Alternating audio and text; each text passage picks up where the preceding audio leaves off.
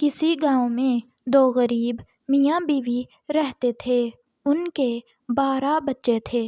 جب 13واں بچہ پیدا ہوا تو باپ نے اپنے بڑے بیٹے، جس کا نام بوجھ بجکڑ تھا، کہا، پیارے بوجھ بجکڑ، اب تم بڑے ہو گئے ہو، آخر کب تک یوں ہی پڑے پڑے روٹیاں توڑتے رہو گے؟ جاؤ اور کچھ کام کرو۔ میری آمدنی کم ہے اور کھانے والے بہت ہیں، میں تمہارا بوجھ مزید برداشت نہیں کر سکتا۔ میاں بوجھ بجکڑ کا کام اپنے چھوٹے بہن بھائیوں کو ستانا اور دن بھر شرارتیں کرنا تھا۔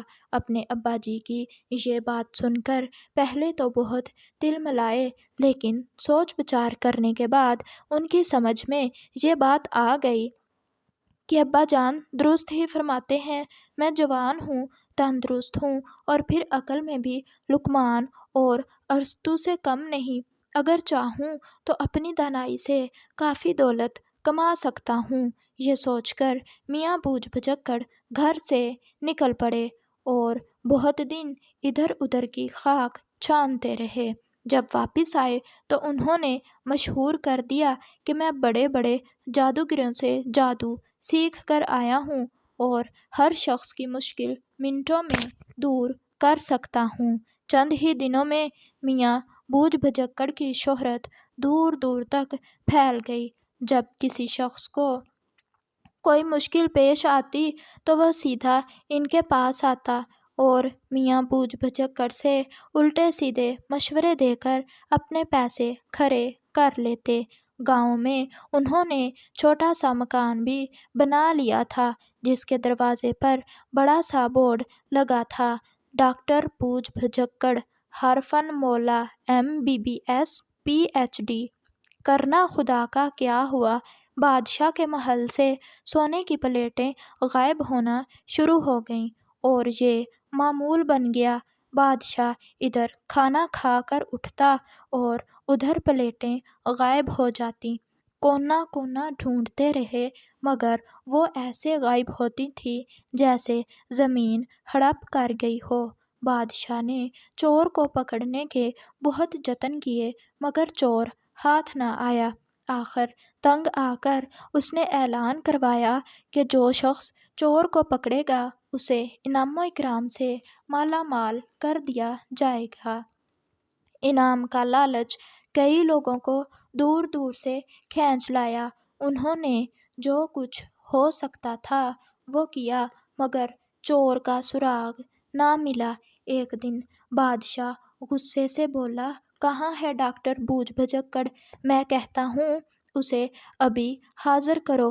ہم ایک عرصے سے سنتے آ رہے ہیں کہ وہ بہت بڑا جادوگر ہے، آج اسے آزما کر دیکھیں گے کہ وہ کتنے پانی میں ہے۔ دوسرے دن محافظ ڈاکٹر بوجھ بجکڑ کے گھر پہنچ گئے۔ بوجھ بجکڑ یہ آفت دیکھ کر گھبرا گئے، آئیں بائیں شائیں کی مگر محافظ انہیں اپنے ساتھ محل لے گئے۔ بادشاہ سلامت بولے، شاہی پلیٹیں غائب ہو گئی ہیں، سمجھ لو چرائی گئی ہیں۔ کس نے چرائیں یہ تمہیں بتانا ہوگا۔ کہاں؟ محل کے تہ خانے میں بند ہو کر۔ جاؤ، 3 دن کی مہلت ہے، اگر 3 دن کے اندر اندر تم نے چور کا سراغ نہ لگایا تو شہر کے بڑے چوک میں تمہیں پھانسی پر لٹکا دیا جائے گا۔ ہائے اللہ، اب میں کیا کروں؟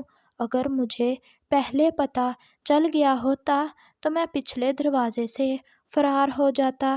اے خدا، میری مدد کر اور کسی طرح چور کو پکڑوا دے ورنہ میں بے گناہ ہی مارا جاؤں گا۔ شام کو ملازم کھانا لے کر آیا۔ میاں بوجھ بجکڑ اپنے خیالوں میں تھے اور بڑبڑا رہے تھے، میں نے ناحق یہ پیشہ اختیار کیا، کوئی اچھا سا ہنر سیکھ لیتا تو آج اس مصیبت میں گرفتار نہ ہوتا۔ صرف 3 میرے مولا، صرف 3، اور ان تینوں میں سے ایک گیا، ایک چلا گیا۔ چور کی داڑھی میں تنکا۔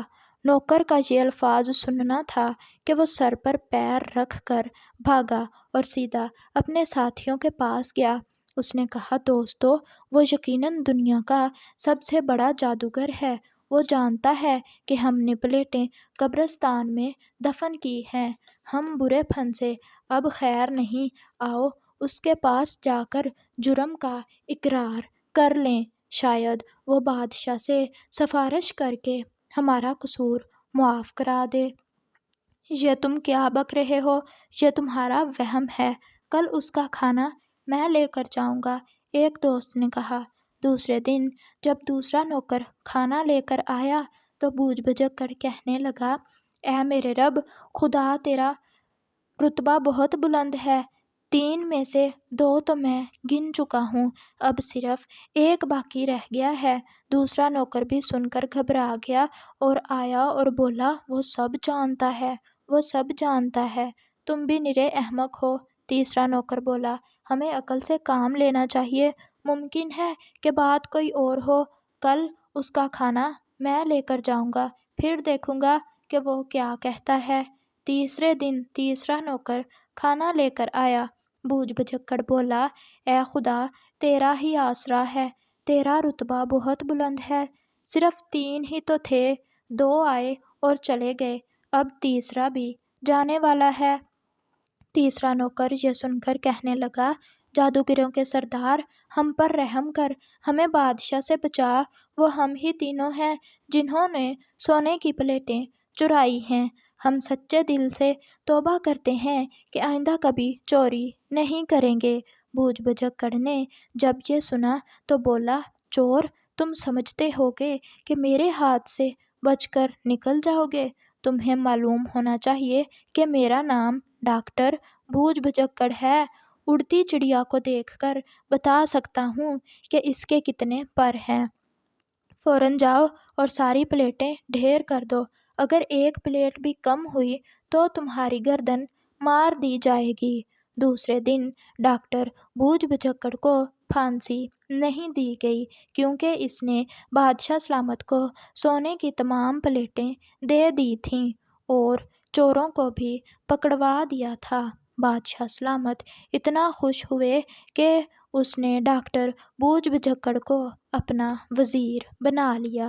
اب ڈاکٹر بوجھ بجکڑ ہر وقت بادشاہ کے ساتھ رہتے تھے، دنیا کی ہر نعمت ان کو میسر تھی، مگر وہ افسردہ سے رہتے تھے، انہیں یہ غم کھائے جا رہا تھا کہ اگر کبھی اس طرح کی مصیبت پڑ گئی تو کیا ہوگا۔ آخر وہ دن آ ہی گیا جس کا دھڑکا لگا ہوا تھا۔ ایک دن بادشاہ سلامت ہری ہری گھاس پر ٹہل رہے تھے، ہاتھ میں سگریٹ تھا، اچانک انہیں ڈاکٹر بوجھ بجکڑ کا خیال آیا، انہوں نے سگریٹ گھاس پر پھینک دی اور محافظ کو حکم دیا کہ بوجھ بجکڑ کو بلا کر لاؤ۔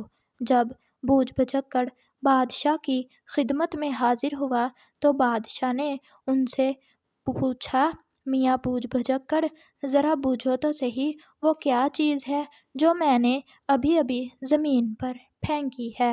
یہ سن کر میاں بوجھ بجکڑ کے اوسان خطا ہو گئے اور ان کو اپنی موت نظر آنے لگی۔ بادشاہ سلامت آہستہ آہستہ ٹہلنے لگے تھے اور ان کے پیچھے پیچھے میاں بوجھ بجکڑ بھی چل رہے تھے۔ خدا کی قدرت، عین اس وقت بادشاہ کا پاؤں جلتے سگریٹ پر پڑنے ہی والا تھا کہ میاں بوجھ بجکڑ جلدی سے بولے، بادشاہ سلامت، سگریٹ، سگریٹ! تم واقعی بہت بڑے جادوگر ہو، بادشاہ نے خوش ہو کر کہا، بتاؤ تمہاری سب سے بڑی خواہش کیا ہے؟ جو مانگو گے وہی پاؤ گے۔ حضور، میں چاہتا ہوں کہ آج سے اپنی جادوگری کے کمالات ختم کر دوں اور ایک عام آدمی کی طرح زندگی بسر کروں، میرے آقا، یہی میری سب سے بڑی خواہش ہے۔ بادشاہ چونکہ زبان دے چکا تھا اس لیے اس نے بوجھ بجکڑ کو واپس جانے کی اجازت دے دی۔